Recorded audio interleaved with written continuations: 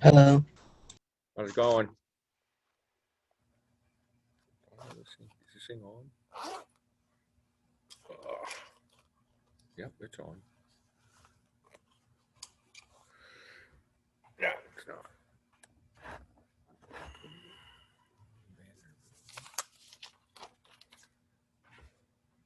Dave, you on yet? Just about. What's up? I'll see you in 2 weeks. Where are you going? I got quarantine. No shit.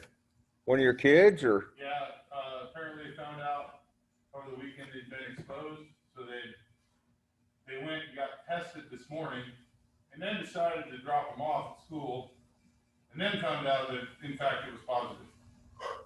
So does that contact trace me? No, because it was today. Oh, okay.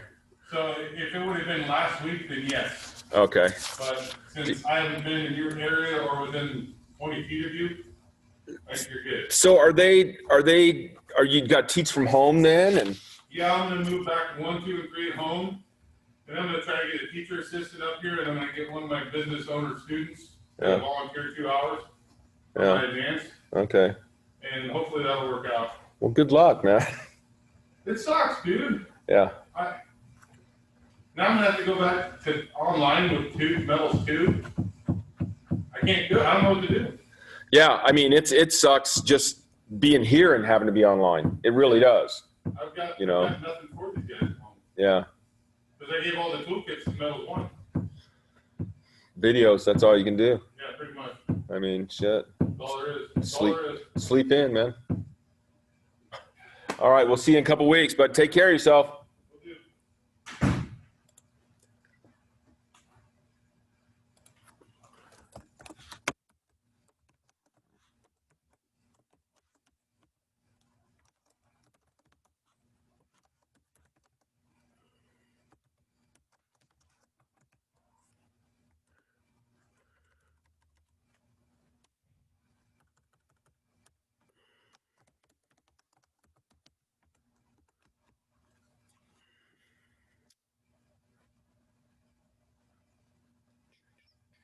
You guys can hear me, right?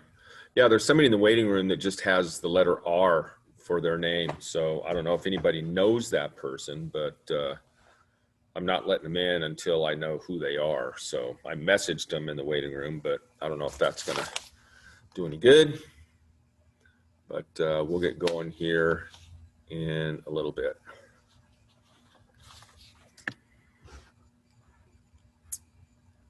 And what we're going to go over is it's kind of a review. We've gone over a little bit before. We're going to do it again because it is that important out here. And it's really just pretty basic. It's just how to get a board ready for use in a piece of furniture. In other words, how to square a board. And what that means is that all 6 surfaces on a board, the faces, the edges, and the ends have to be milled. They have to be dealt with. And that's what we call our order of operations.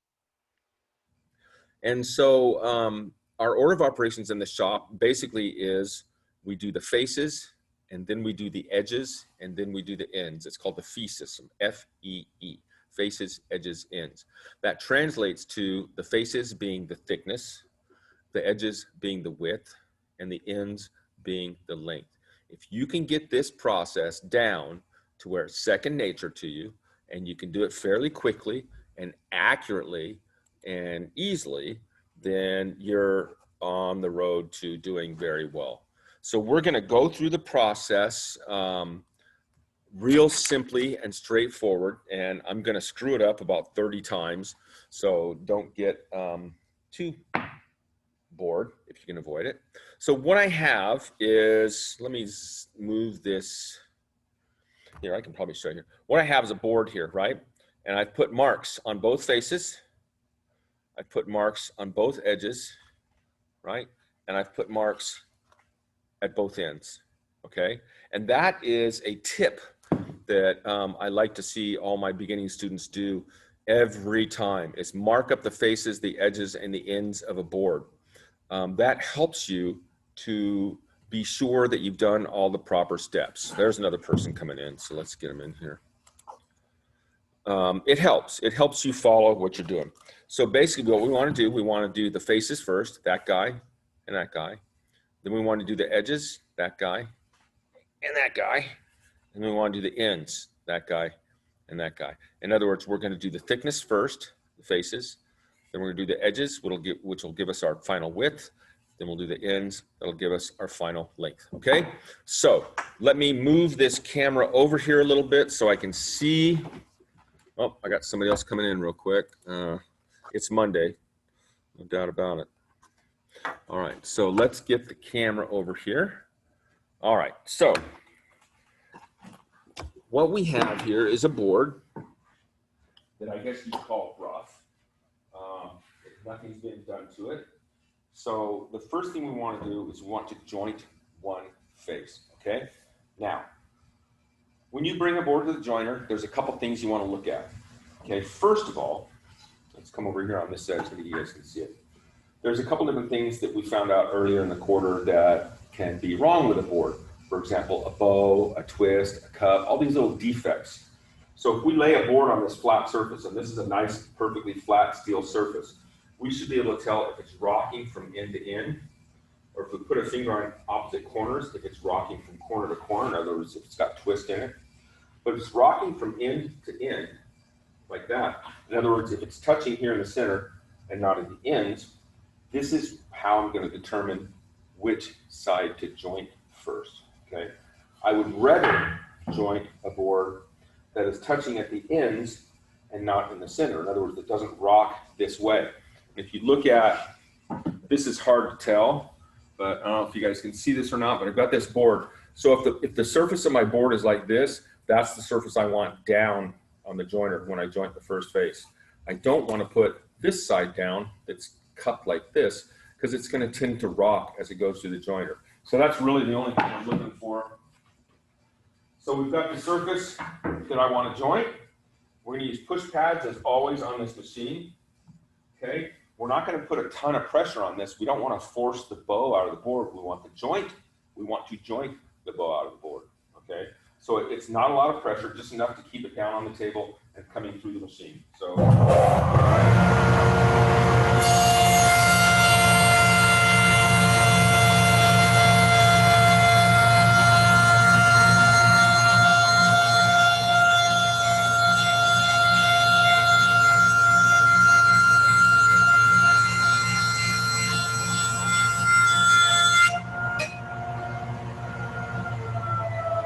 Okay, so we jointed one face. You can tell all the marks are gone off that face, nice and flat. And a lot of times what I'll do is I'll set it back on there and I'll check. I'll see if it rocks at all. I'll see if it rocks end to end. It's nice and flat. Okay, so we've got a starting point. We've got a reference surface. We've got one flat face. So from there, we are going to go to the planer. So walk with me if you will.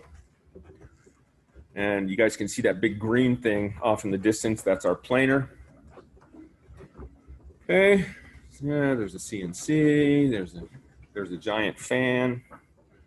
There's a trash can. Okay. So here's our planer. All right. I'm going to come right here and I'm going to move this camera over so you can see it. This is our planer. Come over a little bit more. All right.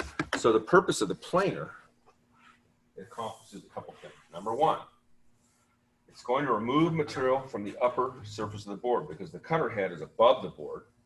That means we're going to put the surface we've already jointed, we're going to put it down. It's going to take material off the face of the board. This machine is going to thickness the board, but just as importantly, it's going to create two parallel faces so that no matter where we measure the thickness, it'll be the same. Okay. Before we can start on this, we have to know how thick our board currently is in order to be able to set the depth of cut. We can't just take an inch thick board and take half an inch of thickness off of it in a single pass. We can't do that. Over time, experience will teach you on this machine that if you have a really skinny, soft board like pine, like this is, you can generally take more off in a single pass than you could if you had a nice, wide, harder, dense board like maple or oak. You can't take nearly as much off on a single pass.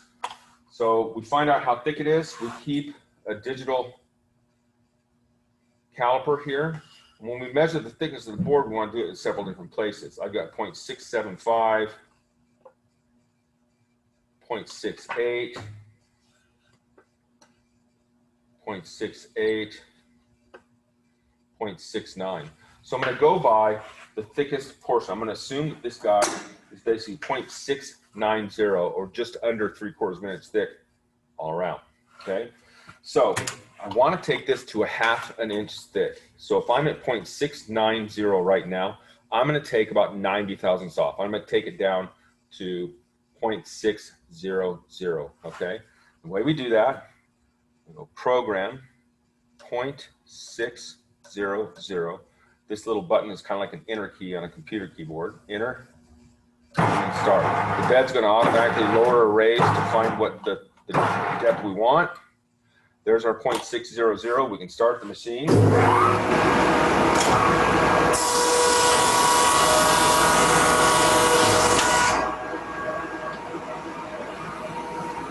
So we can probably, with this skinny little board that's soft wood, it's just fine. We can probably go ahead and take it down to 1/2 inch thick.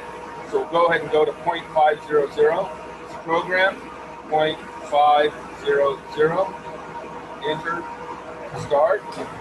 Take it to 500. Most of the things we do out here are down to 3 decimal places. And this should take us to 0.5. Right? There's a lot of sawdust shooting out here because I do not have the dust collector on. If you way too loud, you guys can get the dust collector on. So that's our plane surface. And if we look, we should be down to 1/2 inch thick. 0.4955. So it was like 45 10,000ths, about 5 thousandths of an inch off of 1/2 inch. There we are again. 0.5 right on the nose. 0.5 right on the nose. Okay, so that's within a few thousandths of an inch of 1/2 inch thick. Our machines like this planer, and especially the drum sander, allow us to get down to really precise thicknesses, which is really nice. And it leaves a nice surface as well. So there we go. There's our thickness. We've done both faces.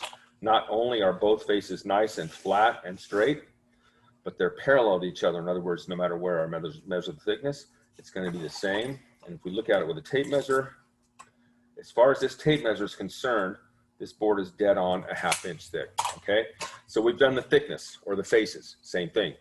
Now we do the edges or the width. Okay, so we go back over to the joiner and the table saw. That's where we're going to do width. So if I can do this without tripping over the cord, it'll be a good day. All right, there's our little CNC. There's some doors. There's a bunch of templates, things like that. Some workbenches, blah, blah, blah, a bunch of cabinets, yada, yada, yada. All right, we are back over here to the jointer, okay? So, jointer did one face, the planer did the opposite face, now the jointer is going to do one edge. Now, one of the reasons we do both faces before we deal with edges is this.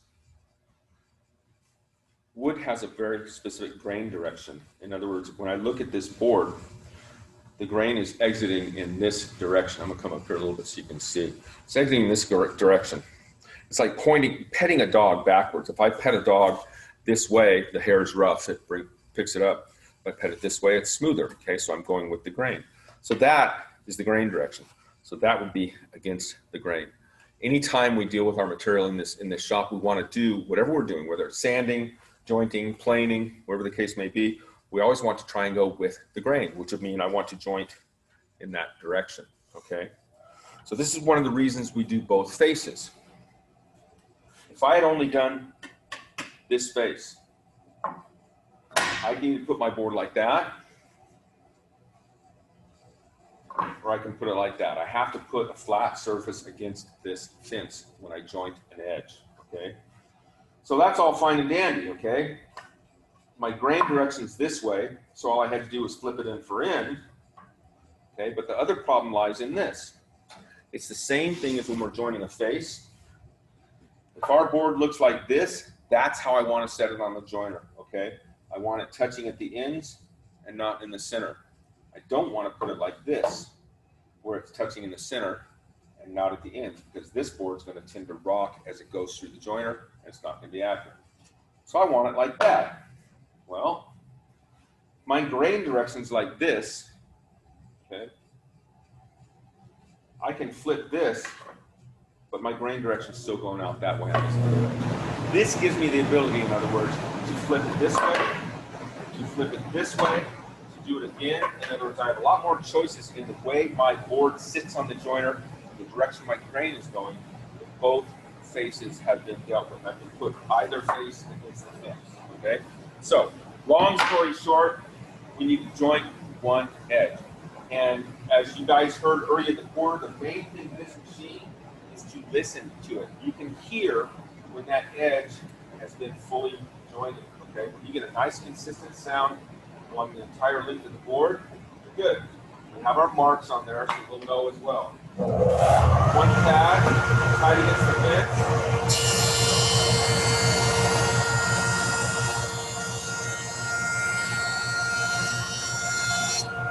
Have a nice job. It was nice and quiet all the way along the entire length.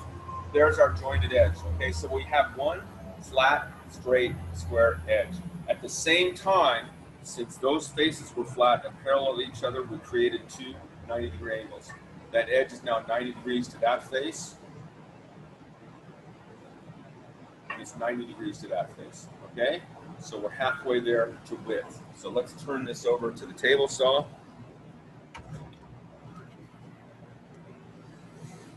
All right, so table saw.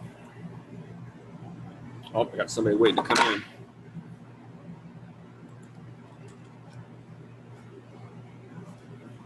All right, table saw.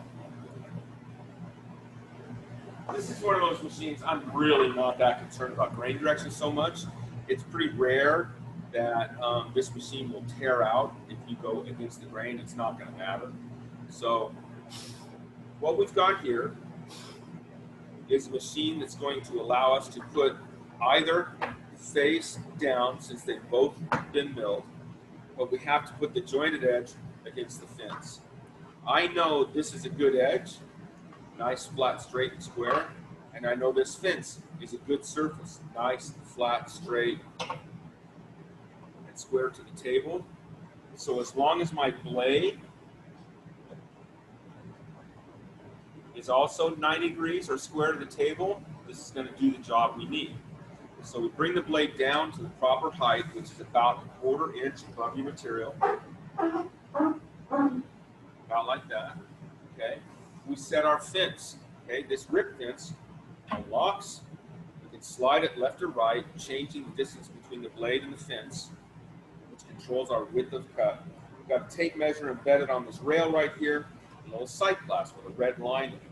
So right now this board is 4.5, I'll take it to 4 1/4 inches. So all I have to do is slide my fence over close to 4 1/4, tap it right where I want, where it's dead on 4 1/4.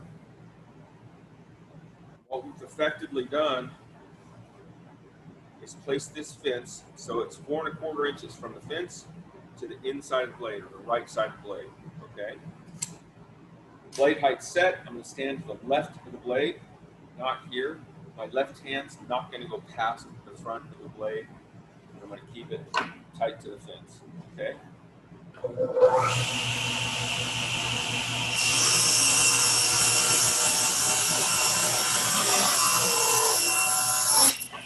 Off the table. Shut it off. Wait till the machine comes to a complete stop before we try and get that piece of scrap material out from the blade. Now we can move it. Ready to go. So what we've done with that cut is we've created a 90-degree surface, or 90-degree joint between this edge and the face, between this edge and the opposite face. We've also ripped it so that both edges are parallel to each other. In other words, no matter where I measure the width, it's the same width along the board, okay? So both faces are done, the thickness is done. Both edges are done, the width is done. Last one is the length. And we've got to go all the way back over to the miter saw. So let me get this cord out of the way.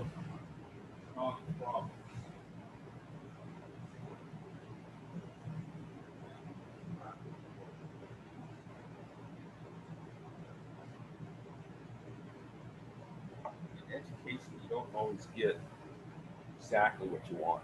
Hopefully you can get close. So we go back to the miter saw. All right. You guys know the miter saw, you just saw it. You saw the miter saw last week. You saw the saw. There you go. Okay, so here we go. The last step in squaring a board. All right. Here's the miter saw. Okay. So we have two surfaces left. You see the marks on that end? See the marks on that end. Okay. Okay, Connor, good question. We aren't supposed to use a push pad on the table saw. The table saw has a requirement that if the fence is set at 4 inches or closer to the blade, you have to use a push stick. Okay, I was at 4 1/4, so I didn't have to use a push stick. I could have if I'd wanted to, but it's not a requirement there. Let me see what else. This is another good question. Are 2x4s already square when you buy them at the store? No, that's not a dumb question. That's a good question. 2x4s, if you go to Home Depot and you buy a 2x4, that's what we call dimensional lumber. It's construction grade lumber. It's what you buy to build a house. So if you buy a 2x4 and you take it home and you're expecting that 2x4 to be 2 inches thick and 4 inches wide, you're out of luck. Okay, they're dimensional. In other words, when you buy a 2x4, its actual dimensions are 1.5 by 3.5. If you buy a 2x6, it's 1.5 by 5.5. If you buy a 4x4, a post, it's 3.5 by 3.5. Okay, so the question about that being square, it should be square. The faces should be parallel to each other. The edges should be parallel to each other. The ends should be square and parallel to each other. But dimensional lumber tends to warp, twist, do freaky things more than hardwood lumber does, just by its very nature. Moisture content has a lot to do with that. If you buy kiln dried lumber from Home Depot, which is a little bit more expensive, it's supposed to be dried down to a very specific or within the range of a certain moisture content. The more moist a board is, as it dries out, the more it's going to tweak, twist, bend, things like that. So a 2x4 that you get at Home Depot is supposed to be square, doesn't mean it is. Even after I mill this board, okay, I take this board right off the rack. I start taking material off the faces. I start taking material off the edges. I start taking material off the ends. If you guys were watching that guitar video we saw the other day, he will thickness his material for his necks and then let it sit for 2 to 3 years. Okay, anytime you move material, let's say for example, we took a 1/2 inch off the face of this board and stopped. We've removed material from the face. In other words, what we've done is relieved internal stresses in the board, and all of a sudden the board's gonna go, oh. Imagine you've had the same pair of shoes on all day. You went on a 10-mile hike. Your feet are killing you, okay? They hurt. They're probably swollen up just a little bit, okay? When you take your shoes off and put your feet up, you're just gonna go, oh my God, that feels great, right? You've relieved some stress, okay? So it's the same thing with lumber. Once you make a cut on it, you're relieving an internal stress, and it can do freaky things. Sometimes it won't, but oftentimes it will. So for example, when we make our guitar bodies in here, I generally buy the material for the guitar bodies a year in advance. I let it sit in the shop for a year before I start milling it. Just so that if it's gonna do something weird, if it's gonna twist or bow or cup or something like that, I wanna do it before I laminate them together and make a body out of it, make a guitar out of it. So sometimes we can do that, sometimes we can't. Let's see if there's something else here. Let's see here, blah, blah, blah, blah. Why don't we just flip the board over and join it again? It's still, most of the time, most of the lumber we deal with in here, guys, we're not really worried too much about the internal stress relief. It's when you get down to really fine furniture and fine work like instruments and things like that, that we worry too much, that we start to worry about it. Is there such a thing as a saw pad? I'm not sure. Moist. Looks like you're having trouble there. I'm not sure what the question was. Well, funny thing is, so yeah, it's when I say the word moist, it's actually moisture content of the lumber. We have a moisture meter here that you stab in the lumber. It'll tell you the moisture content of it. We really, really like to have lumber in here that's less than 5% moisture content. If it's over about, I think it's about 12 to 16% moisture content, we cannot rip it or cut it on our table saws because of the safety system we have on there. It could trip the saw stop and trip the safety system.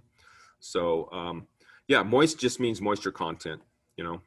So, all right, let's talk length. So anytime you come to the miter saw and you're going to cut a board to final length, it takes 2 cuts, okay? The first cut is a trimming and squaring cut. So we have to square up one end. So all we do, bring the blade down and take just enough off one end to square it, okay? Let that blade come to a stop, come back up. So what we've done is we've actually created 4 more 90-degree angles with that single cut. That end is now square to that edge. It's square to that edge. It's also square to that face, and it's square to the opposite face. So we have one more surface to deal with, and that's the opposite end. So we just cut this end over here, so we can now measure from that end we just cut. I'm going to say 20 inches. I hook the tape on the end of the board, make a mark at 20 inches. Take a square every time and give yourself a line on that mark.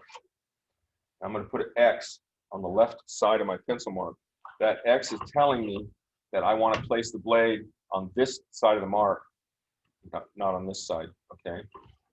So I take it, bring it right down on top of my material, set it, literally set it on my material, line up where I want my blade to be.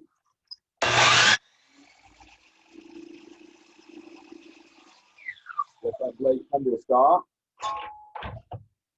And I've gotten the last 4 corners to 90 degrees. And I should be at dead on 20 inches long, okay? So what I have now, I did the faces, the thickness. I did the edges, the width. I just finished the ends, the length. There's no more marks anywhere on the surface of the board, which means this board is now square, which means no matter where I place this square, right, I'm going to have 90 degrees at every joint between 2 surfaces, okay? I also have parallel faces so that no matter where I measure the thickness, it's the same. I have parallel edges, so no matter where I measure the width, it's the same. And I have parallel ends, so that no matter where I measure the length, it's the same, okay? So let me mosey back over here real quick. I really appreciate you guys ask questions. It makes me feel like I'm not alone here, because I felt like I've been absolutely and utterly alone here for nearly a year now, and it sucks. It really sucks not having students here. The days would go by so much quicker. Okay, so let me see here what we've got. If we got any more questions? Next assignment, I'm not sure, Hayden. I generally try to do them on Wednesdays, but that's not always the case. Either way, if, for example, you missed a day or something like that, you can always go back and do it. You have until, I think, the 28th to make sure all your work's been done and turned in and everything. Okay, so if you have any more questions, let me see if I missed any up here. So it'd be considered square or good, even though they're just slightly off. So our goal here, you guys are asking a lot of good questions. Our goal here is to get our material as perfect as we can, considering the job at hand. Here's a good example. Let's say you're making a picnic table. You guys have all seen a picnic table.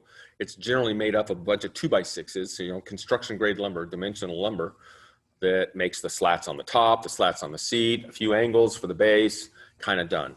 So if you're a 1/16 of an inch off or an 1/8 of an inch off here or there on a picnic table, it's not going to make nearly as much difference than if you are, let me give you an example here.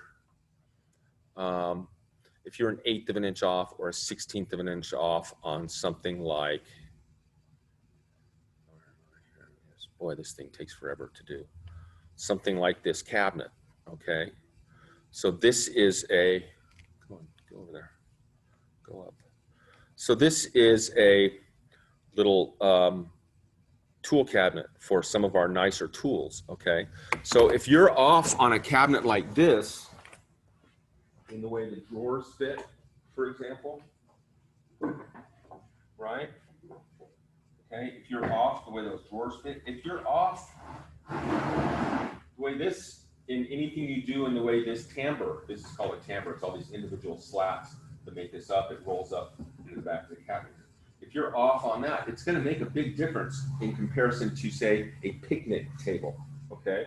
So depending on what you're building, your ability to, I shouldn't say that, I'm trying to word it just right. Depending on what you're making, determines the level of accuracy necessary, I guess. How about the difference between a Volkswagen bus and a fighter jet? I would think that that fighter jet has a lot closer and tighter tolerances that are necessary than you need on a Volkswagen Beetle. Another example of how we do it in here, if you look at, for example, these nightstands are what students would normally make in beginning woods over the course of the semester, these single drawer nightstands, okay? So when I grade these nightstands, I grade down to the tolerance of about an 1/8 of an inch. That's what I'm concerned about. If you're within an 1/8 of an inch of what all the measurements should be, you're okay. When I grade a guitar, for example, on our guitars, we measure success by the 1,000th of an inch. So when I thickness the material to make a guitar body, I thickness it down to 1.750 inches thick. So 1 3/4 inches thick. So I have a tolerance of about 5 to 7 thousandths of an inch either way on the body. So I can go down to 1.743 to 1.757 is acceptable. Any smaller or thicker than that, and it's no good, it won't work. There are certain other areas, like for example, on the fretboards and things like that, where literally a couple thousandths of an inch will make a huge difference. So it depends on what you're making, you know, how accurate you need to be. If you're making a house, geez, I've seen houses off by, you know, inches. So the tolerances there are a lot more lenient than here. In advanced woods, the expectation is that you're good down to a 1/16 to a 32nd of an inch. So yeah, the you know, the measurements matter, but it makes a difference what you're making. Okay. So good questions. Thank you very much for asking those. It makes my day a little better. I think I got all of them. Okay, so, but that is going to be it for the day, folks. Thank you very much for being here. Thank you for paying attention and asking questions. I very much appreciate it. You guys take care of yourselves. If you're into that sort of thing, watch the college football playoff tonight. If not, have a good evening. Take care of yourselves, and I will see you guys tomorrow. All right? Bye-bye, folks.